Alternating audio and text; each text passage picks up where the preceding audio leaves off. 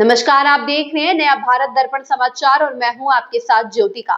आइए रुक करते हैं खबर की ओर। हमारे देश की संसद एक नया इतिहास रचने के करीब। नारी शक्ति वंदन सम्मेलन में बोले पीएम मोदी, बड़ी बातें। केंद्र सरकार ने नारी शक्ति वंदन अधिनियम को लेकर संसद का विशेष सत्र बुलाया है। इससे पहले दिल्ली में नारी शक्ति वंदन सम्मेलन का आयोजन किया गया। इस मौके पर पीएम मोदी ने कहा कि हमारे देश की संसद एक नया इतिहास रचने के करीब है। प्रधानमंत्री के संबोधन की बड़ी बातें। संसद में नारी शक्ति वंदन अधिनियम पर चर्चा से पहले दिल्ली के विज्ञान भवन में नारी शक्ति वंदन सम्मेलन का आयोजन किया गया।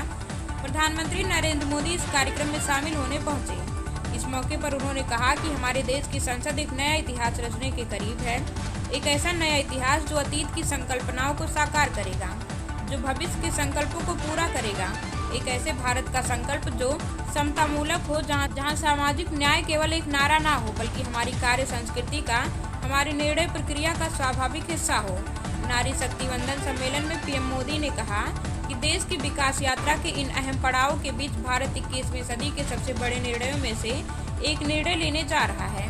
मैं बहुत जिम्मेदारी के साथ कह रहा हूँ कि 21वीं सदी के महत्वपूर्ण निर्णयों में से एक महत्वपूर्ण निर्णय ये है कि ये निर्णय नारी शक्ति को समर्पित है, नारी शक्ति वंदन को समर्पित है। जानिए सम्मेलन में पीएम मोदी ने क्या कहा।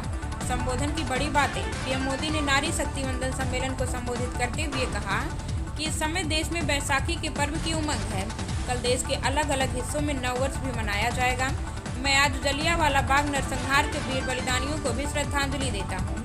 पीएम मोदी ने आगे कहा कि राज्यों की विधानसभाओं से लेकर देश की संसद तक दशकों की प्रतीक्षा के अंत का समय 16, 17, 18 अप्रैल है। 2023 में नई संसद में हमने नारी शक्ति वंदन अधिनियम के रूप में प्रथम कदम उठाया था।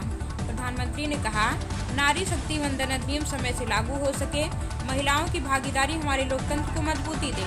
इसके लिए 16 अप्रैल से संसद के बजट सत्र की विशेष बैठक का आयोजन होने जा रहा है और उससे पहले आज नारी शक्ति वंदन का ये कार्यक्रम, इसके जरिए हमें देश की कोटि कोटि माताओं बहनों का आशीर्वाद मिल रहा है। इस खबर में बस इतना ही। बने रहिए नया भारत दर्पण समाचार के साथ।